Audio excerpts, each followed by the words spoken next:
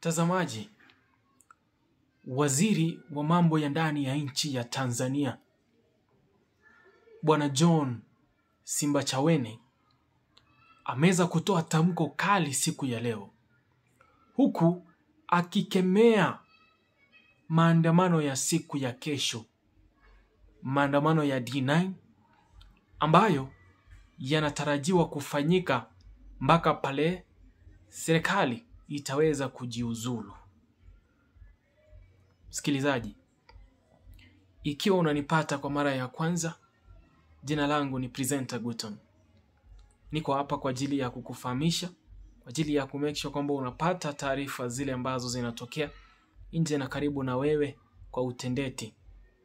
Kila ambacho unastahili kufanya, hakikisha kwamba unazidi kutufuatilia kwa kupiga subscription na kuweza kushare kanda zetu kwa makundi machache ili tuweze kutengeneza familia kubwa na kufahamishana kwa utendeti. Sasa katika siku ya leo, taarifa ambazo zinanifikia ni kwamba waziri wa mambo ya ndani ya nchi ya Tanzania Bwana George Simbachawene ameweza kutoa taarifa moto asubuhi ya leo. Katika taarifa hizo ameweza kukemea vikali maandamano ambayo yameweza kuratibiwa kwa ajili ya siku ya kesho. Msikilizaji, kumbuka kwamba maandamano haya yameweza kusababishwa na fujo au ghasia zilizoweza kutokea baada ya uchaguzi, lakini pia siku chache zilizoweza kufuata. Maandamano haya pia yameweza kutokea kwa sababu ya vifo vya raia walioweza kuuawa kutokana na machafuko haya, lakini pia imeweza kutokana na kutekwa kwa wanaharakati na wale wote walioweza kuonekana kwamba wanaipinga serikali ya Samia Suluhu. Kwa hivyo ni sawa kusema kwamba maandamano haya yanafanyika kwa sababu ya ukatili uliopo katika serikali iliyopo mamlakani sasa hivi. Na kwa hivyo wananchi wanapata haki ya kuweza kufanya maandamano kama njia moja ya kuweza kuonyesha kwamba kuna kitu ambacho hakiko salama.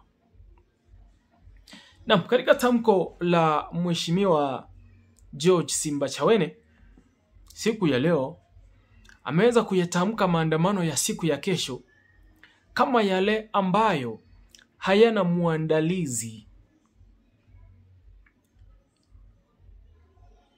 Msikilizaji, hayana muandalizi kwa maana hamna yule mtu ambaye serikali inaweza ikazungumza naye kuhusu maandamano yatakayofanyika siku ya kesho. Elewa kwamba maandamano haya ni maandamano tu yamepangwa na wananchi. Na ilivyo katika nchi ya Tanzania, utakapoweza kuonekana ukiyazungumzia, basi unaelewa ni kipi kinafuata. Kwa hivyo hamna mtu ambaye ameweza kujitokeza, tofauti na wachache walioko nje ya nchi ya Tanzania, kuweza kuenda kuripoti rasmi kwamba maandamano haya yatafanyika na yatatokea sehemu fulani mpaka sehemu fulani. Kwa hivyo kulingana na George, ameweza kusema kwamba maandamano hayo hayana muandalizi rasmi, na kwa hivyo hawajaweza kuyatambua.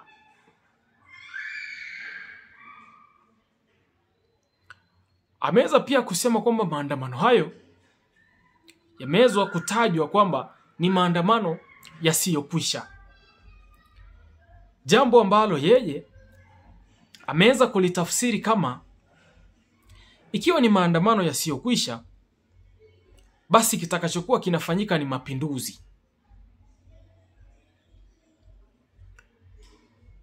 Yaani kwa ufupi ni kuiondoa serikali iliyopo mamlakani sasa hivi na kuweza kutafuta njia mbadala za kuweza kupata uongozi. Maandamano hayo ya amani yasiyokuwa na ukomo hayaonekani yanaombwa na nani, kwa utaratibu gani, lakini maandamano ambayo tunafahamu sisi yaliyo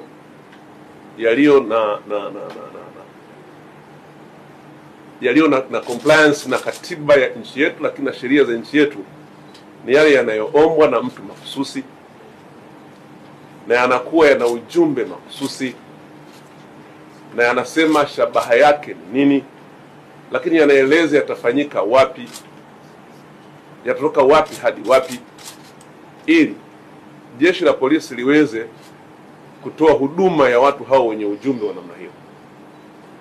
Haya yanayoelezwa kama ambavyo imeelezwa katika taarifa kwa umma ya jeshi la polisi iliyotolewa tarehe 5 ni kwamba hayana muombaji, hayaelezi yanatoka wapi kwenda wapi, hayaelezi ujumbe ni nini, ila tu yanaeleza kwamba yatakuwa hayana ukomo, na tunaambiwa kwamba ni makubwa kuliko yale ya tarehe 29.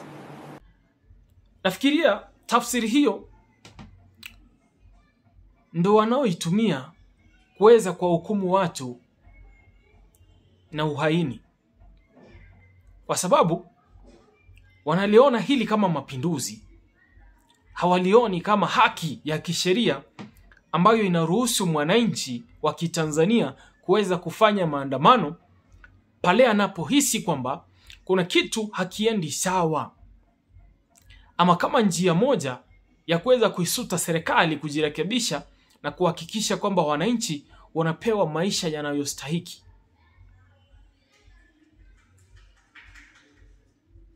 Kwa hivyo waziri huyu wa mambo ya nchi mambo ya ndani ya nchi ameweza kusema kwamba maandamano ya kesho ameyataja kama haramu na yasiyoruhusiwa. Maandamano hayo ni haramu, hayaruhusiwi, na tutumie nafasi hii kuwaomba sana wale wote ambao wanashabikia, wale wote ambao wanaona wao wameichoka amani, wale wote ambao wanaona hata mateso tuliyopata katika kipindi hiki wanaona hayatutoshi, wanataka kutuongezea tena mengine, tuwaombe sana kwamba maandamano kwa kuwa hayana kibali na hayapo kwa mujibu wa sheria, hayakubaliki na ni kinyume cha sheria, na kwa hivyo vyombo vyetu vya usalama vitayadhibiti. Msikilizaji, tamko hilo linasema kwamba ikiwa maandamano ni haramu na hayaruhusiwi, basi lazima yaweze kudhibitiwa na polisi. Na kwa sababu hiyo, yeyote ambaye anahusika katika maandamano hayo anaweza kuchukuliwa hatua za kisheria kulingana na sheria, ama kulingana na waziri huyu.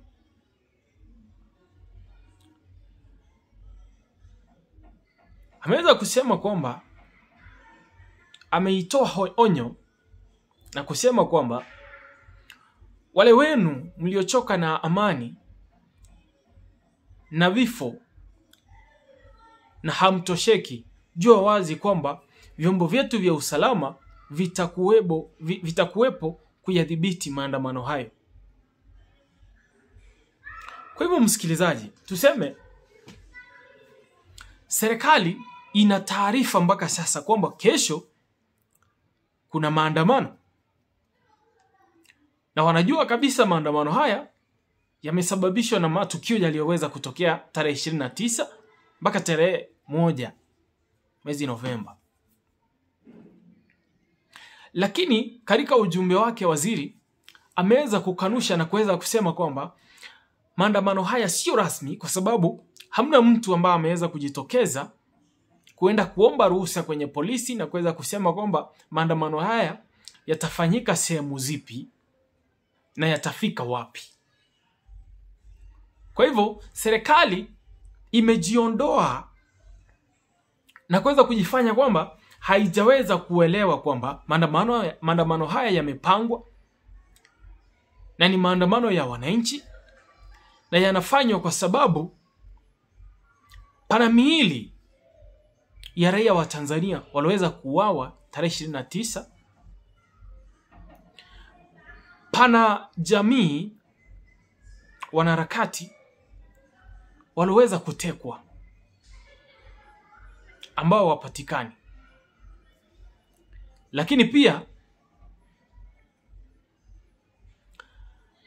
uchaguzi ulioweza kufanyika tarehe 29 haukuweza kuwaridhisha wananchi, na uliweza kufanyika kwa njia ambayo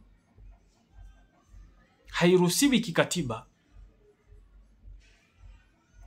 na masuala hayo yameweza kuwaghadhabisha wananchi pamoja na wale ambao wameweza kuandaa maandamano hayo ya kesho kwa ajili ya kuweza kuhakikisha kwamba sauti zao zinapata kusikika.